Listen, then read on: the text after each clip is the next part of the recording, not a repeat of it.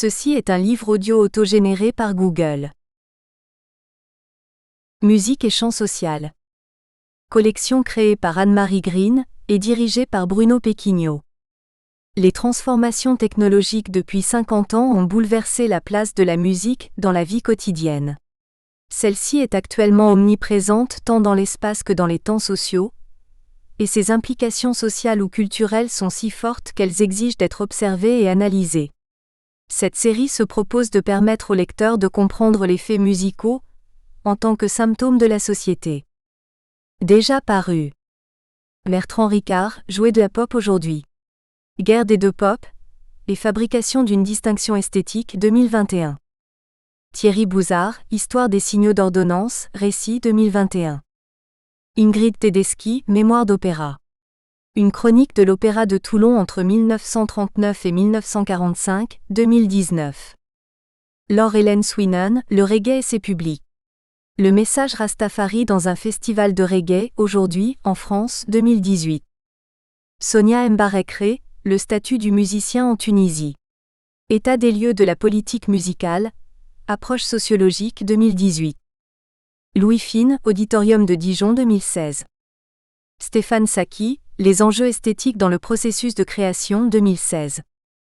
Véronique Flanet, La belle histoire des fanfares des beaux-arts 1948 à 1968 2015. Nicolas Canova, La musique au cœur de l'analyse géographique 2014. Michel Bourris, La vie musicale à Nantes pendant la Seconde Guerre mondiale 2014. Eva Villard, Le voyage salsa. Une danse de société parée pour la pluralité, 2012. Guy Dubois, Les chansons de cow-boy. Études socio-historiques, 1840 à 1910, 2012. Michel Bourris, La musique de chambre à Nantes entre les deux guerres, 2011. Christina Barbulescu, Les opéras européens aujourd'hui, comment promouvoir un spectacle, 2011. Exergue. L'opéra en particulier et les arts en général sont constitutifs de l'identité culturelle de l'Europe, tout autant que peut l'être le football. Jonas Kaufmann, ténor allemand, Le Figaro, 7 juin 2020. Les Français sont faits pour composer de la musique d'opéra, les Italiens pour la chanter, les Allemands pour la jouer, les Anglais pour l'entendre et les Américains pour la payer. Enrico Caruso, 1873 à 1921, ténor italien. Remerciements. Remerciements à mes parents pour leur soutien, leurs encouragements et leur patient travail de relecture. À toutes les personnes qui ont bien voulu répondre à mes sollicitations durant la préparation de cet ouvrage, et en particulier à Graciane Finzi, Emmanuel Ondré, Anne Monnier, Marie-Hélène Bernard. Introduction. Opéra et géopolitique. Au premier abord, le lien entre l'art lyrique et l'étude des relations internationales ne paraît pas évident. Pourtant, si l'on songe un instant à des activités comme le cinéma ou le sport, ces secteurs de loisirs interagissent avec des intérêts géopolitiques. En effet, le rapport de force entre les pays n'est pas seulement économique, voire militaire, mais déborde aussi sur la sphère culturelle. Il en est par exemple du cinéma américain, dont les raisons de sa suprématie sont autant culturelles que politiques. De même, la cérémonie d'ouverture des Jeux olympiques de Pékin en 2008 est un exemple retentissant du rayonnement des arts scéniques et opératiques comme démonstration de puissance. Il en va ainsi de l'opéra, dont les premières scènes lyriques en Italie du XVIIe au XIXe siècle furent parfois investies d'une fonction politique, en un temps où certains pays voulaient affirmer leur identité. L'excellence de son art l'a conduit à un rayonnement mondial, dont on en mesure encore aujourd'hui les effets. D'aucuns constatent d'ailleurs un engouement contemporain pour l'opéra. Dans une conférence donnée au Collège de France en 2018, l'ancien directeur de l'Opéra de Paris, Stéphane Lissner, se félicitait de ce phénomène, sans pour autant en expliquer toutes les raisons. Il faut dire que depuis la fin de la Seconde Guerre mondiale, la transmission et la diffusion de l'art lyrique a considérablement évolué. L'arrivée de la télévision, la massification des moyens de communication, le développement du marché du disque, aujourd'hui les réseaux sociaux, les plateformes numériques et de vidéos en ligne, bouleversent les supports et les attentes du public se sont élargies. Ces changements facilitent l'accès à l'opéra à un plus large public qu'il y a 50 ans. En effet, on recense au niveau mondial plusieurs dizaines de milliers de représentations d'opéra chaque année, dont environ 3500 en France pour plus de 2 400 000 spectateurs. Ces soirées, représentées dans un théâtre lyrique ou diffusées dans les salles de cinéma, rassemblent plusieurs dizaines de millions de spectateurs à travers le monde chaque année. Un phénomène sans précédent. Si les 3/4 des représentations ont lieu en Europe, les États-Unis, le Canada et l'Australie rassemblent de leur côté environ 10% des spectacles, tandis que l'Amérique du Sud, l'Afrique et l'Asie comptent pour 3% du total des soirées lyriques. Mais le nombre de ces représentations n'est pas nécessairement à l'image de la dynamique de développement de l'opéra dans certains pays, où elle est au contraire le reflet d'enjeux culturels et politiques notables. Ce sont ces enjeux que nous nous proposons ici d'éclairer, par une approche géopolitique.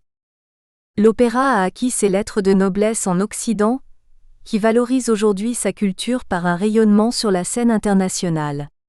Outre l'intérêt artistique, c'est aussi ce rayonnement, en tant que tel, que visent certains pays du Moyen-Orient ou d'Asie. Une image valorisée de l'activité culturelle de ces États, et du régime qui la promeut est un ressort important dans la dynamique observée. Les chemins pour y arriver sont différents, mais l'opéra est devenu un lieu d'investissement, de marque et de prestige. Souvent considéré en Occident comme un art passéiste, symbole d'un passé élitiste révolu, l'opéra reste au contraire un vecteur culturel vivant, s'adaptant à son environnement social, culturel et politique. Parce qu'il n'est pas cantonné à la sphère purement artistique, l'opéra s'insère dans une histoire, un tissu social et économique, dans un réseau de valeurs et de sensibilités qu'il nous est parfois difficile de distinguer. L'institution lyrique est en effet une marque à part entière, voire un marqueur d'identité qui s'inscrit dans la pierre. Le meilleur exemple est l'Opéra de Sydney, inauguré en 1973, qui est devenu dans l'inconscient collectif le bâtiment emblématique de la ville australienne, sans que l'on sache toujours qu'il abrite un opéra. C'est aujourd'hui l'un des lieux les plus visités de la ville.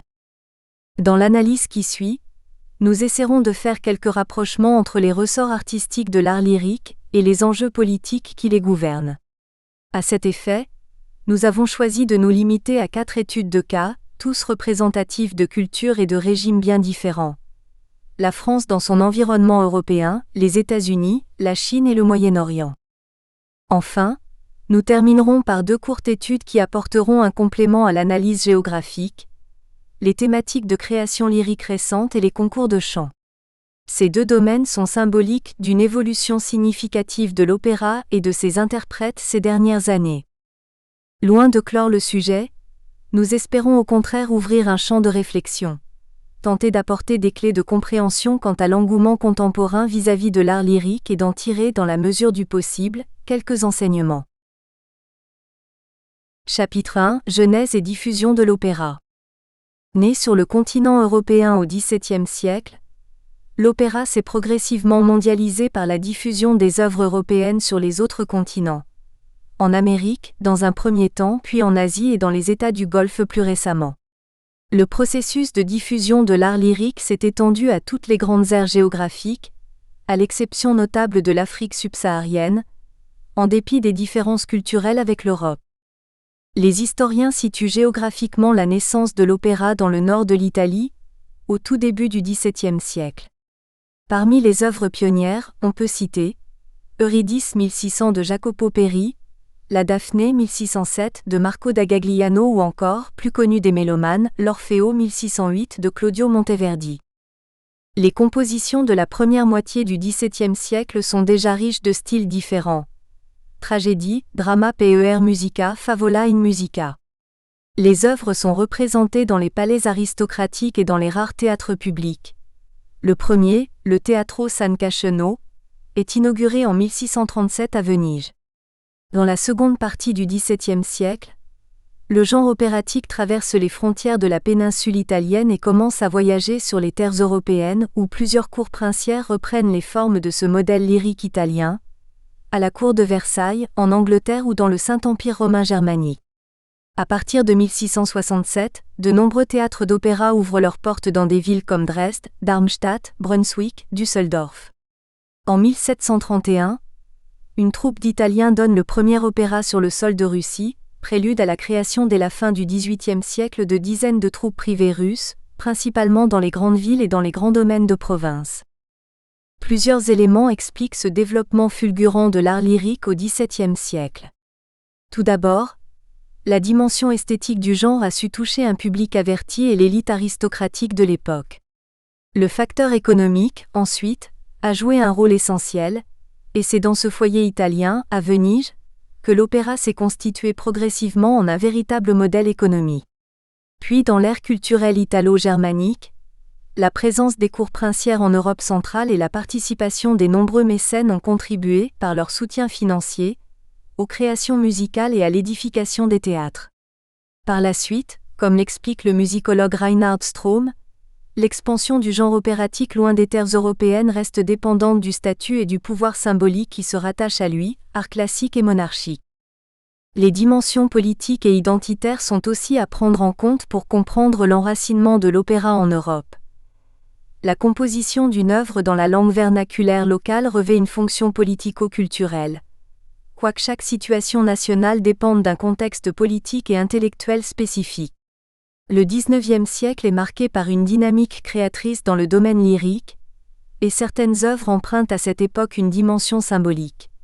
Der Freischütz de Karl Maria von Weber, composé 15 ans après la chute du Saint-Empire romain germanique, incarne un idéal patriotique de la vie culturelle des villes allemandes de l'Est à cette époque. Nabucco de Giuseppe Verdi, créé en 1842, s'inspire du thème de l'exil et S'.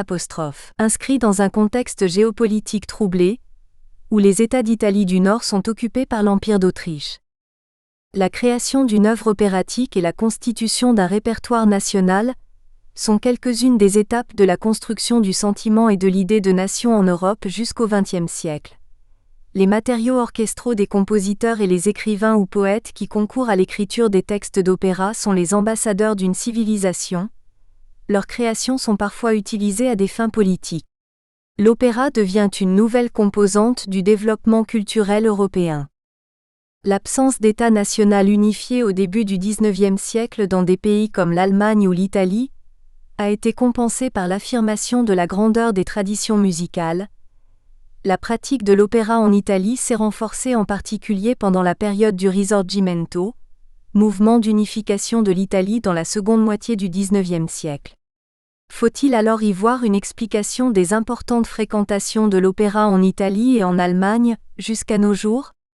Le géographe Michel Fouché veut croire qu'il y a là non seulement un mythe fondateur, mais une sorte de voix collective qui semble appeler à l'unité sans cesse menacée, à la différence d'autres pays dont la construction de l'État-nation est plus avancée. Art de la synthèse entre théâtre et musique, l'opéra n'échappe donc pas à l'environnement politique dans lequel il tient le rôle d'accompagnement ou d'exaltation des identités nationales. Les processus de mondialisation de l'opéra.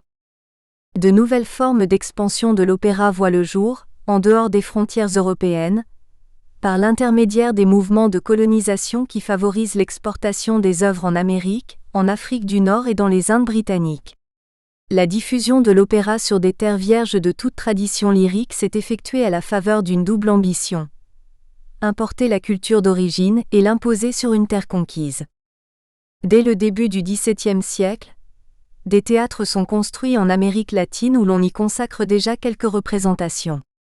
Mais c'est surtout à partir du XVIIIe siècle que l'activité lyrique se développe et s'étend. Au Pérou, en Nouvelle-Espagne, Mexique, au Brésil, sur l'île de Porto Rico, à Saint-Domingue, à Cuba, en Jamaïque et aux États-Unis. Au XIXe siècle, l'opéra est introduit en Afrique du Sud, en Australie, en Nouvelle-Zélande et dans les Indes anglaises. Il n'est pas rare d'observer, écrit Hervé Lacombe, un effet de continuité entre situation coloniale et postcoloniale du point de vue de l'implantation de l'opéra. Dans le sillage du colonialisme, les manières de penser, d'être, d'imaginer, de créer, importées sur les terres colonisées n'ont pas disparu du jour au lendemain et n'ont pas été rejetées en bloc. C'est un des signes, selon Alain Paquier, d'une population déterminée à transmettre par-delà les siècles la mémoire d'une culture d'abord imposée, puis maîtrisée et devenue symbole de son identité. De fait, Les mouvements de décolonisation et d'indépendance n'interrompent pas partout l'essor de l'opéra dans le monde. Certains pays, au contraire, s'inspirent des modèles opératiques européens et créent un style musical propre. L'exemple des États-Unis est particulièrement révélateur de cette période où se constitue un répertoire d'œuvres nationales singulières, où des compositeurs intègrent à leur partition des couleurs locales comme le jazz, le blues ou le spiritual. Mais l'histoire de l'opéra états-unien est aussi marquée par la double ségrégation, raciale et sociale, sur laquelle nous aurons l'occasion de revenir par la suite. De même, l'Argentine est un autre modèle de réussite du répertoire opératique, puisant aux sources européennes autant que dans ses traditions. Une production lyrique intense se met en place après son indépendance en 1816.